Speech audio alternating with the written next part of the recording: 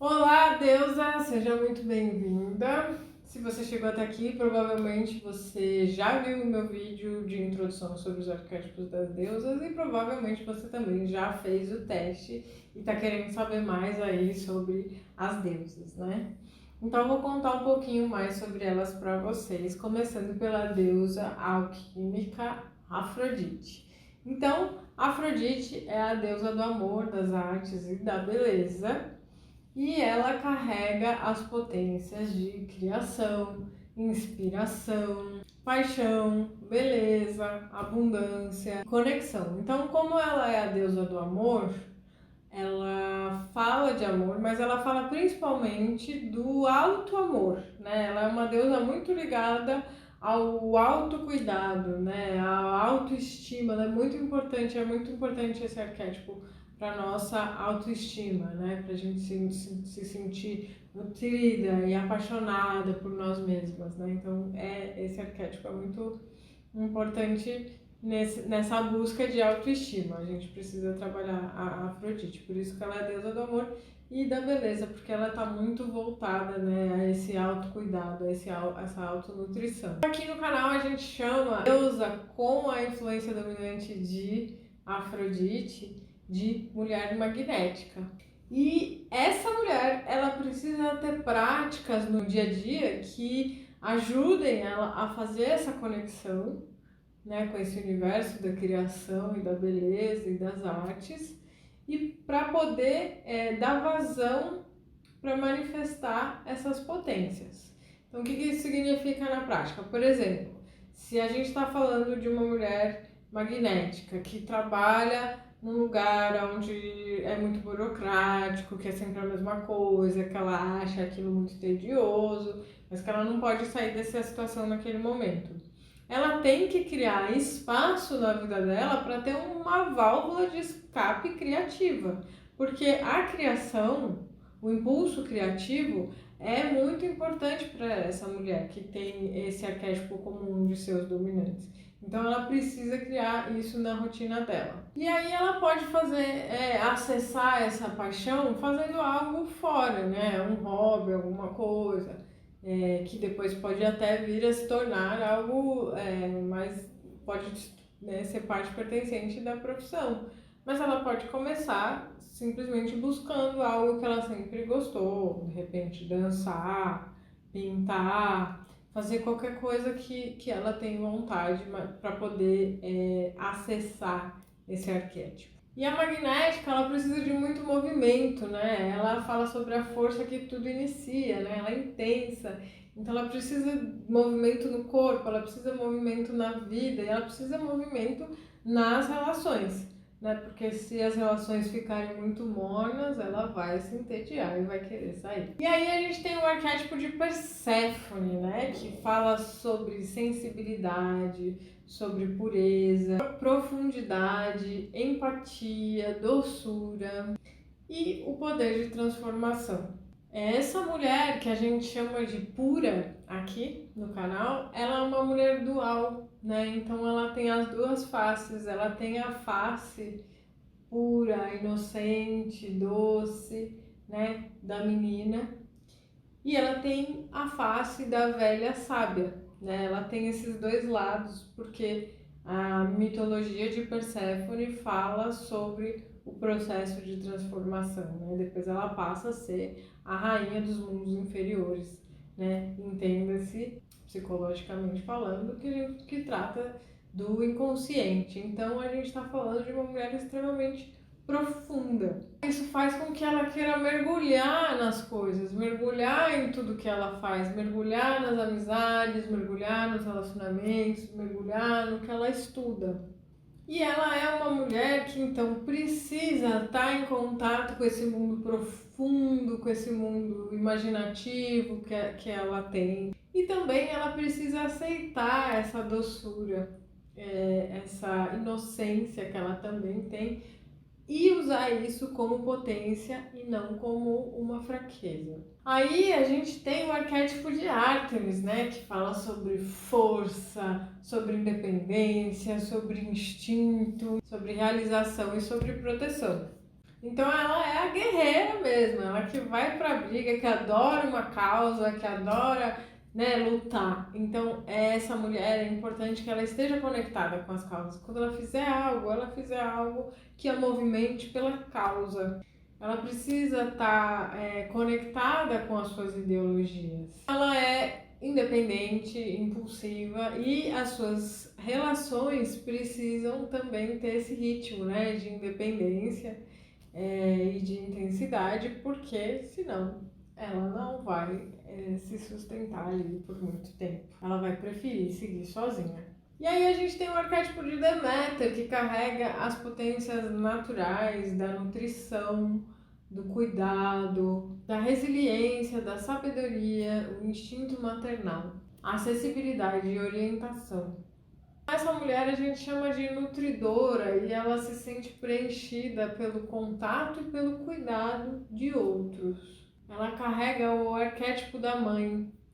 Então esse desejo maternal, ele bate a porta já logo cedo. E por isso é importante que essa mulher, se ela não tiver um momento em que ela deseja ter filhos ou que ela não deseja ter filhos, é importante que ela tenha projetos onde ela possa exercer esse cuidado. É por isso que também é muito comum a gente ver mulheres com esse arquétipo dominante na área da saúde, na área do cuidado, cuidando de outras pessoas. E se ela não está numa situação onde ela trabalha com isso, ela pode ir buscar grupos de ajuda voluntária para exercer essa natureza que vai fazer muito bem para ela. Elas precisam estar ativas na comunidade. E aí a gente tem o arquétipo de Atena, que fala sobre o equilíbrio de feminino e masculino. Então ela é uma mulher que tem um acesso natural à razão, mas ao mesmo tempo conectado com a intuição. E esse é um arquétipo que também traz as potências de liderança e sabedoria. Ela é uma mulher que a gente chama de sensata, porque ela tem uma habilidade muito estratégica, né? De olhar o plano todo e de, ao mesmo tempo, usar a intuição para tomar decisões e executar de maneira prática. Ela se destaca normalmente em ambientes que precisam de ação e pensamento estratégico, né? Ela se destaca em ambientes mais masculinos. É por isso que a gente vê muitas dessas mulheres em ambientes corporativos e acadêmicos. Mas é importante que essa mulher ela mantenha a conexão humana e a conexão criativa, tanto que Atena na mitologia era também a senhora dos tecelões, né? Porque ela tem esse lado criativo, ela precisa dessa válvula de escape criativa e manual, né? Para ela poder se humanizar, porque senão ela tende a ficar muito rígida, muito endurecida. Então ela é uma mulher que precisa de pragmatismo, ela é muito organizada inclusive dentro de casa, com as tarefas dentro de casa. Então se ela não tiver esse pragmatismo, ela pode começar a ficar muito incomodada. E aí a gente tem o arquétipo de Hera, é a governante, né? Ela tem essa potência natural de governar, de liderar e de fazer alianças. Então a gente chama essa mulher de soberana, porque ela tem essa capacidade de reger, ela domina o poder das alianças e do coletivo. Esse é também o arquétipo da esposa, então essa é uma mulher que é sempre muito motivada a se casar, né? Porque ela entende o casamento como uma aliança, por isso que a gente vê muito a figura da primeira dama normalmente com o arquétipo de Hera dominante, né? Porque ela vê que um casal consegue realizar mais coisas pelo coletivo e ela é muito conectada com essa força do coletivo também. Então, sabe aquela coisa? Duas cabeças pensam melhor que uma? Isso é Hera. Então ela tem assim uma natureza imponente, uma postura real, ela adora coisas de luxo, né? Ela é a rainha. Ela sabe se manter nos holofotes, ela sabe influenciar pessoas, ela sabe usar as alianças de maneira estratégica, né? E ela é muito motivada pelo casamento mesmo, assim, por esse tipo de aliança.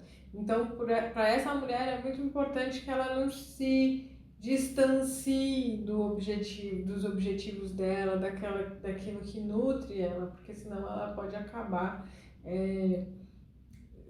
ficando meio obsessiva pelo casamento. E aí a gente tem Hestia, a deusa do lar, da lareira, né? Então essa carrega as potências, né, de centramento, de conexão profunda, de espiritualidade, ela tem aquele mistério no ar, né? E a gente chama essa mulher de sublime, porque ela tem um ar assim, meio que ela veio de outro planeta, sabe? Ela tem uma facilidade de se conectar com coisas não mundanas.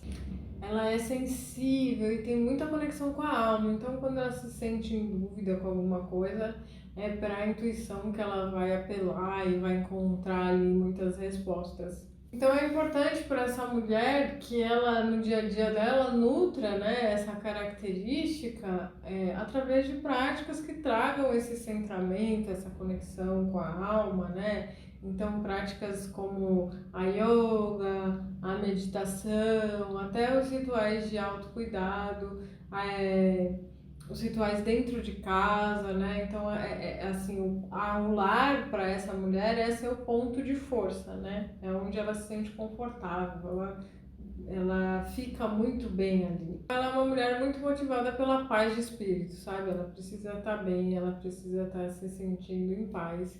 E aí, ela segue, ela precisa ter seu espaço e seu lar com cuidado. Se ela tiver isso, ela tá plena.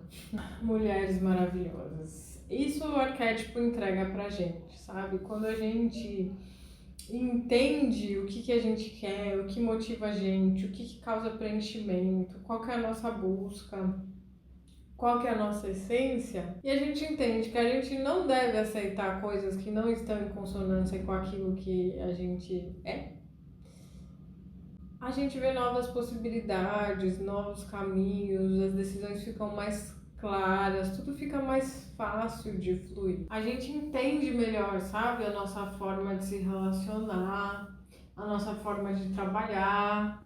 A gente entende a nossa abordagem para a vida. E não é gostoso quando a gente começa a identificar a nossa deusa? Quando a gente começa a perceber, começa a cair algumas fichas?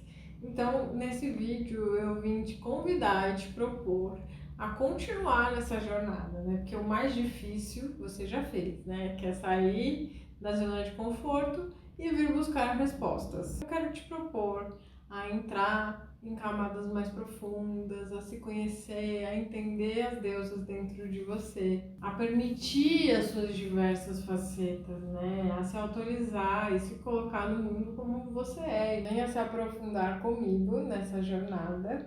Te convido a conhecer o meu guia dos arquétipos das deusas. Vou deixar o link aqui na descrição. Só vem. Até mais.